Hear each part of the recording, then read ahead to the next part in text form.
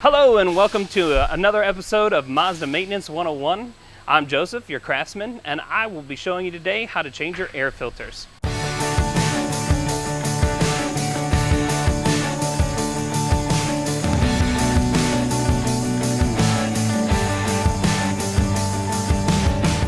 There's two major air filters in your vehicle. One is a cabin air filter and one is an engine air filter. I'm going to pull one for you. We'll talk about why it's important. And then we'll talk about the other one and why it's important to stay up on that kind of maintenance stuff. So if you follow me, let's pull out this engine air filter. Usually they're in a box right here, especially in Mazdas. They like to put them right here. There's two little latches, or three, on this side. So all you gotta do is pull out these little clips down here. They just click this way.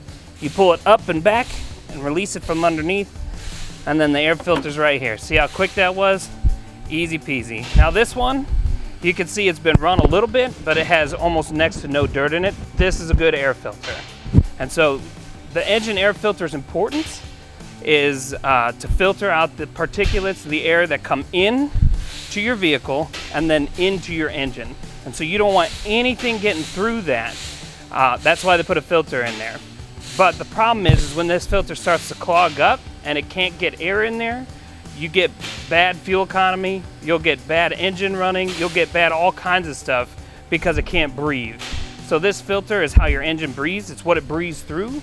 And the more air it can get, the better it performs. The less air it gets, the worse it performs. It's pretty straightforward stuff. So, and then to put it back in, you just open it up, you slide it back in the hole, you line up the tabs in the back, you slide those tabs in there, just like you slid them out. Click, click, and you're done. It takes 30 seconds and it makes your engine last a lot longer and run a lot better. So the next filter we're going to talk about is a cabin air filter. So let me show you what a bad cabin air filter looks like. This here is a bad cabin air filter. There's no air getting through there at all. And if there is, it's not good air. And so what I'll do is I'll pull out this other cabin air filter and I'll show you what a good one looks like.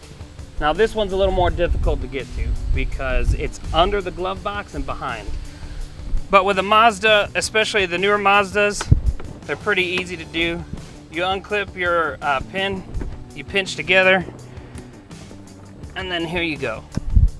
This is what a good filter looks like. It breathes. And so the importance of a cabin air filter is it filters all the air that comes into your vehicle and all the air that's in your vehicle already that gets recirculated through.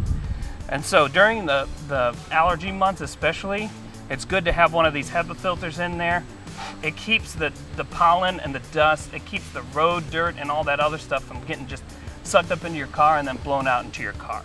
And so that's why these are important. When they get clogged up, they put extra strain on your blower motor, they put extra strain on everything under there, and then your air just doesn't get filtered the way it needs to.